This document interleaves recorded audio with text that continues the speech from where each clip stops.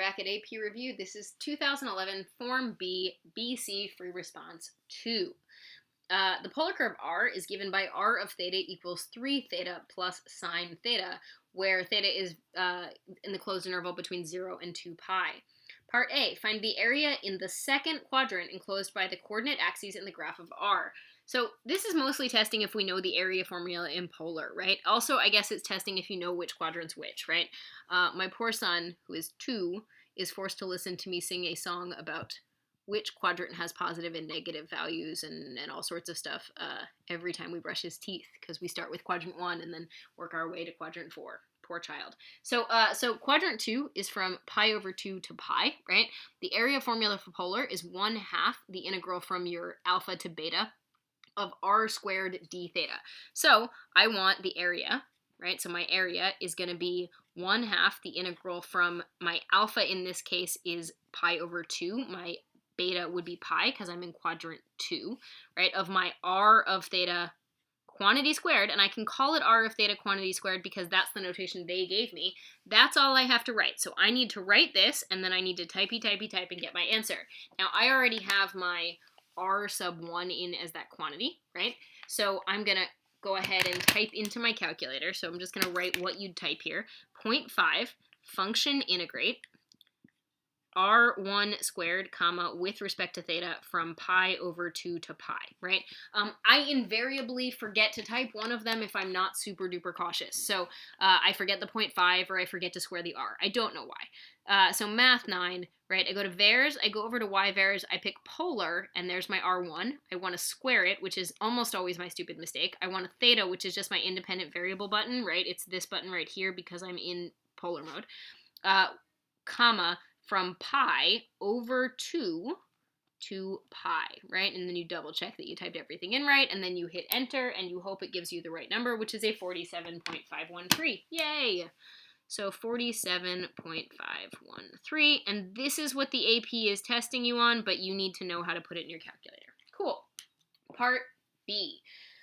For values in quadrant 2, meaning pi over 2 to pi, there is one point P on the polar curve with x-coordinate -3. Find the angle theta that corresponds to that point. Find the y-coordinate of point P. Show the work that leads to your answer. Okay, so this requires that you understand the relationship between polar and Cartesian coordinates, right? So just a quick little review that you don't have to do on the AP, right? But if this is your theta and this is your r and this is your x and this is your y, right? Your x is r cosine theta, because that's SOHCAHTOA, right? So the cosine of theta would be x over r, and your y is r sine of theta. So this is what we're going to need to start, right? So what we're saying is there is a point in quadrant 2, so in specifically the window from pi over 2 to pi, they're saying there is some point where x is -3. So that's the same thing as saying 3 theta plus sine of theta times cosine theta equals a -3. Now, the problem here is that your calculator doesn't let you second calc intersect, which is totally what you want to do in polar. So there is no second calc intersect in polar, which is always a sad realization. The easiest way to do this is to switch back to function mode, and in your y1, you're going to put 3x plus sine of x times a cosine of x, and in your y2, you're going to put a -3, and then you're going to second calc intersect in function mode. It is by far the easiest way to do this, and the x-coordinate you're going to get in that situation is not your x, it's your theta. So I'm going to go back to mode, and I'm going to switch to function, because I can do a lot of stuff in function mode that I can't do anywhere else, and I'm going to type this stuff in. So I'm going to type 3, and then my theta is x right now because I'm in function mode. So 3x sine of x, close the sine parentheses, close the outer parentheses, and times that by a cosine of x, right? So that's what I want to put in as my y1. My y2 is a -3, right? Now, I know I'm going from pi over 2 to pi, so when I go to my window, I'm going to go ahead and make my x min pi over 2 and make my x max pi, because that's the window I'm supposed to be looking at, right? So I'm going to go ahead and hit graph, and somewhere in this window, there should be a point of intersection, and that's what I want, right? Somewhere in this window, there's a point of intersection. So there's my curve, and here it comes. That's the point I want. So I'm going to do second calc intersect, which is 5. And since there's only the one point of intersection, I don't even really have to be all that close. But I'm going to work my way close, right? And then I'm going to enter, enter, enter. Now, the x value I get here is the theta I want, but I'm probably going to need to store that. So I know that the answer I want is that theta is approximately 2.0169234, but I'm going to go ahead and call that A. So I'm going to call that A, right?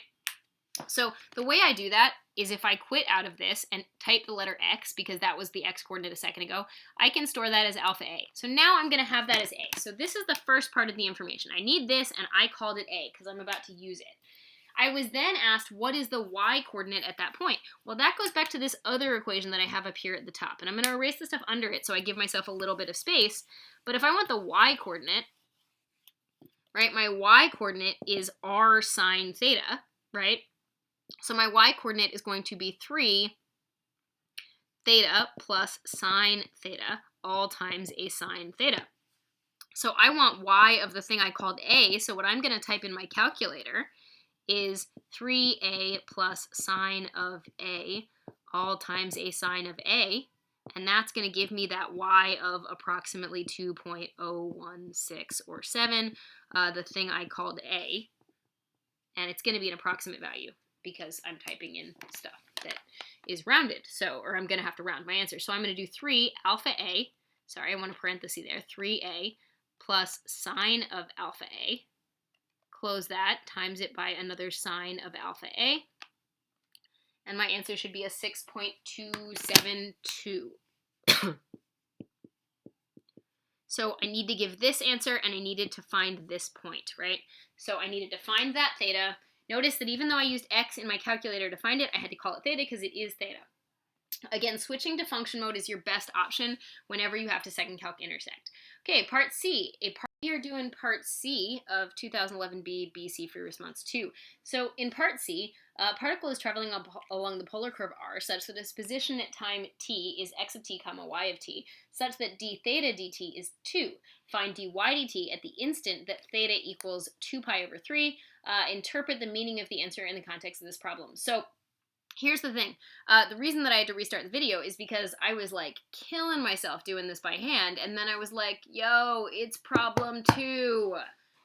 I should be doing it on a calculator. So there's a faster way to do what I was doing. So rather than make you watch 3 minutes of me doing an awful lot of math on the board, I realized I should just start over and show you the logical thing.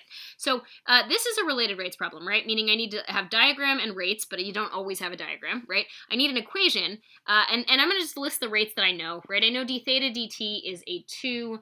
I know that it's at the moment when theta is pi over 3, and I know that the thing I want to find is dy dt.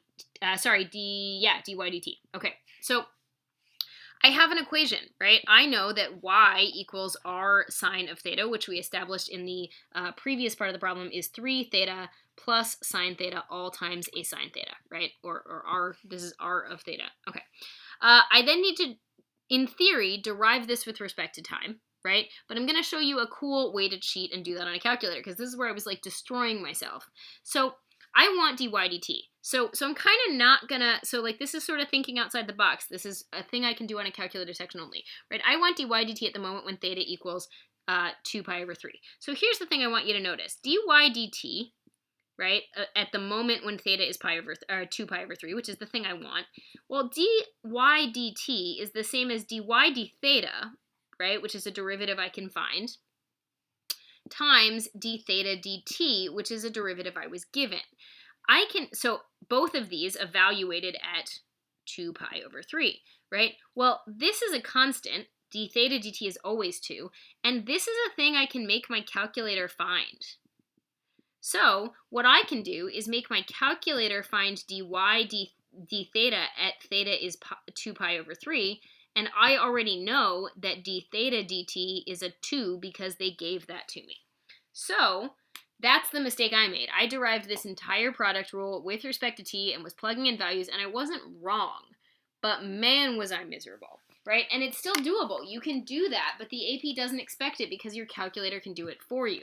I would have still gotten the right answer. I would have just taken like 3 minutes to 4 minutes longer, and there's a chance I would have come up with something wrong, and I wasn't getting any credit for doing all the stuff I did by hand anyway, because there's a way to do this on your calculator. So here's what I did.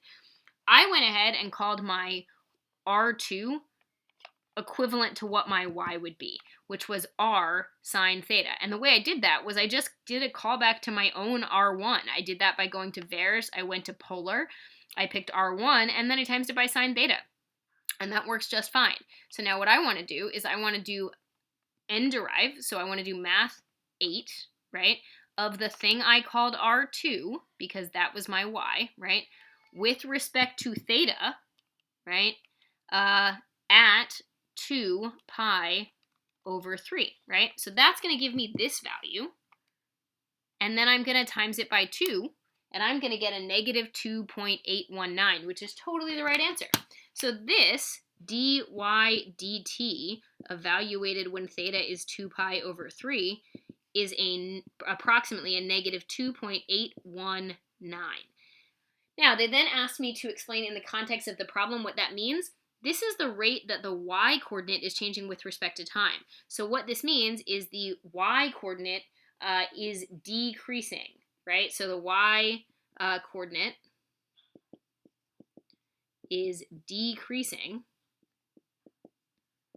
at a rate of negative 2.819, right? That's what this means. dy dt is the change in the y-coordinate. Sorry, I don't need the negative because decreasing implies the negative.